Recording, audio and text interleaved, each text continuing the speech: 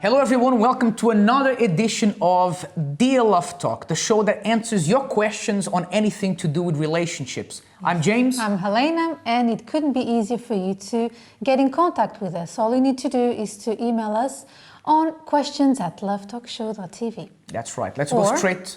By the way, also on Facebook. We are in the digital age, the social media age, so feel free to send us a Facebook message, a Twitter message, and we'll be more than glad to answer your questions.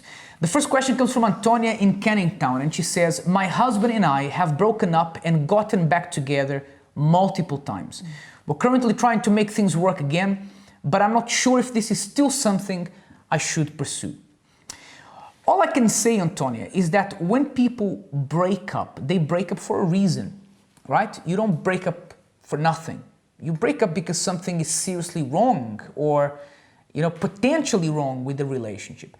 If you have broken up with your partner or your husband, or he's broken up with you many times, then, you should really ask yourself the question, should we be getting back together again, at least without first solving these problems? So I don't know why you are breaking up, but, if a couple who are married, they break up, usually it's because of something very serious. Mm-hmm. And if you keep coming back together, it's because you are possibly ignoring the problem, you're not really solving it. So you should be asking the question, really, if perhaps it's time to move on. Again, I don't know why you're breaking up, but this is something you have to consider. And this is something we do on these short videos. We don't tell you what to do. Mm-hmm. But we help you analyze the situation and think for yourself. Why? Because we cannot, I wish I could just say to you, oh, just leave him.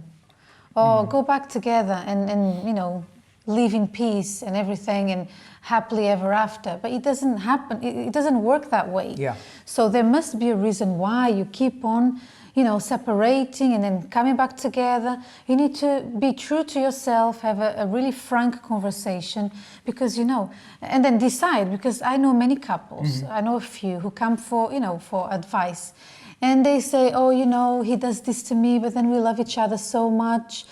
You see, there's one thing you shouldn't understand. There is a difference between love and relationships. I may love my husband a lot, but if he was to do something that goes against our covenant, because we have a covenant, there's a ring on our finger that represents a partnership, a forever thing. If he breaks that, I can decide to say, I still love you. By the way, that's a new term that you just said, a forever thing. That's a new term. We just made a new term now. Make sure you hashtag that in the show, forever thing. We have a forever thing. Yes. But I just come up with these things. What can you do? Don't forget, hashtag forever thing. That's a new one. But on a more serious note, you need to see that you can love the person, but for you to be together, you need more than love. You need to respect the rules. You need to be faithful to one another.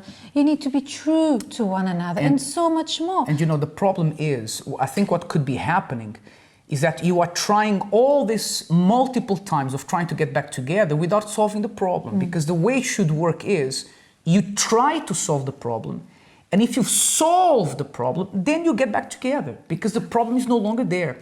But you don't do what people usually do, which is, let's get back together under the same roof for whatever reason, because it makes financial sense or because we have kids, and we try to work things out. That's not how it works. You're making a big mistake. So I think whether this is going to work or not, you have to evaluate how you're going about this. Perhaps you're trying to go under the same roof and trying to solve things there.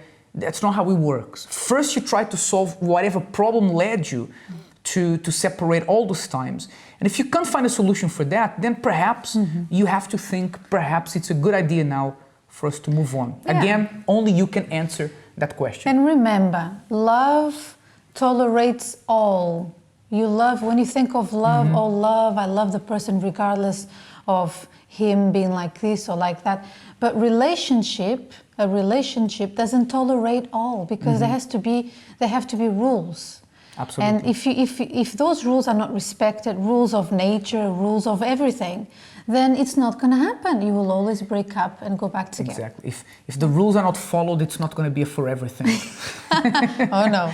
But all right, let's go for the next question. Yes, this one is yours. It's from a Love Talk Live attendee, and it says, my boyfriend and I have been dating for 2 years and are saving money for our wedding.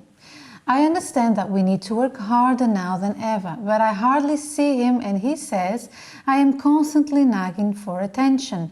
I just want our relationship back to the way it was. Now, I didn't have that problem, and you can decide not have that problem, not to have that problem that you're having. Maybe you don't understand what I mean, but I'll tell you. It works this way. I explain. When we got married, we decided we are going to go so simple. I don't want to get stressed, into debt, and so many more things. So what do you have? Oh, I have this. You have, okay, let's put together what we've got. If we don't have it, tough luck. But we are getting married, and that's what matters. So maybe you need to, maybe it's important to him that you have a big wedding. Or to her. Or to you. Both of you. Yeah. But he's the one working really hard. So I guess that maybe he's the one who's really... Or they've agreed that they both work hard. We don't know. Could be. But you need to maybe see what is really important. Indeed, if you are not together like before, if you...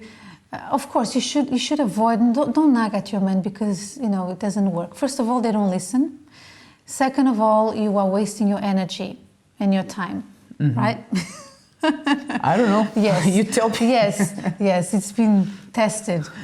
and it's been scientifically proven that nagging doesn't work. So the solution, I think, is for you to sit down and be very honest with him and say, listen, I'm sorry, be very humble as well. I'm sorry for nagging at you all the time. But what I mean by the nagging is that I miss you. But I think that's something important as well, Elena, that we have to say is this. We don't know if both of you agreed to work extra hard to save money. We don't know how that came about.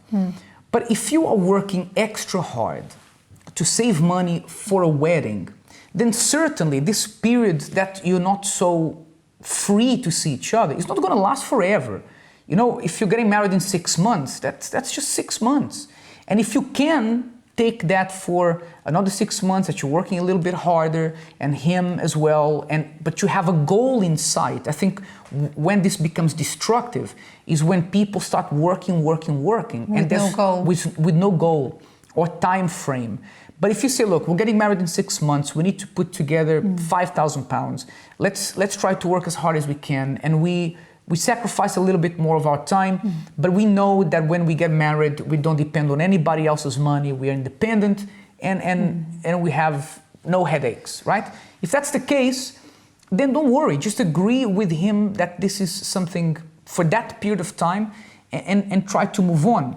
But if this isn't something that was agreed between both of you, then it can become a problem. So I think if it's something that was initially agreed and now you're having a problem with it, then that's why we need to be really careful before we make decisions. But do tell him, look, this is a bit of a problem for me, but if it's just for this period of time until we get married, then I'm fine, then we go back to our normal working hours and so on.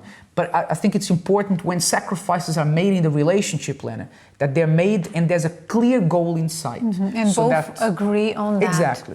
So that at least you know where you stand. Yeah. Okay? So if you've agreed on that, don't complain now, right? But try to get to an agreement. Have some, communicate. That's it. Because it should be a forever thing. Stop it. All right, let's go for the next one. This one comes from Nancy in Cardiff. It says, hi guys, I've had my fair share of relationships over the past couple of years, and somehow all the men I date are complete jerks. I don't even know if this word is a bad word in English or not. Forgive us if something's been lost in translation here. I am continuing in my quest to find love, and I believe that one day I will find the right person. In the meantime, do you have any pointers on how I can go about doing this? Well, from what you wrote there, you said you've had your fair share of relationships recently. It seems to me like you're so constantly trying to find the right person that you go from one relationship to the next without having a break. This is a problem for many people. Actually, this is a more common problem than what you think. We speak to a lot of people who they're so desperate for being happy that as soon as a relationship ends, another one starts. Let me tell you, there's nothing wrong with you being alone for a while, by yourself for a while. It can actually be very healthy for you to clear your thoughts, you know, and to think why you are choosing these so-called jerks. Maybe it's not that you only meet jerks. I really hope this word is not a bad word. So maybe you shouldn't say that word that often, maybe. We'll check with the producer. If the word is in the program, it's because it's not that bad. Now, if you really attract only this kind of people, perhaps it's because you're so caught up in trying to find someone that you don't take enough time to see if this person is good or if they're no good / jerks. Right? I think that maybe you've been moving too fast. Absolutely. And that's why you cannot see that they are not good for you. And the thing is, when you give too much too soon to a man, I'm talking or to a woman. Yeah, but I'm talking to a woman now. I know you want to defend your kind, but no, it's the same.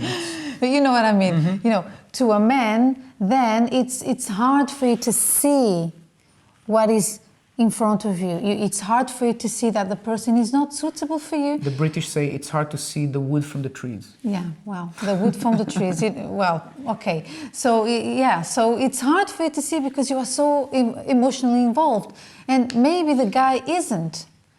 Okay, because we do have this tendency, women have a tendency to move too fast, too soon. Oh, they already think of marriage and commitment. And maybe he's not there, he's just having fun. And that's why they do to you what they do. Yeah. So maybe don't move too fast. Maybe put the brakes on, take a little time. Yep. Don't be afraid to be by yourself for a little bit. And if you do that, that means you have a little bit more time in your selection process. And I'm sure you will not encounter so many problematic men. Let's not use the other word we used earlier, okay? It's been a pleasure to be with you. Remember that you can get in touch via our email address, questions@lovetalkshow.tv. Send us your questions through there, or Facebook. And until next time, remember that a marriage is a forever thing. Absolutely. Right? This is a new term for all of us. Remember to subscribe, to leave your comments, and get in touch with us if you have any questions. By the way, we need to trademark that forever thing, because if it really takes off, we should make some money on the back of that. Until next program, bye-bye. Bye.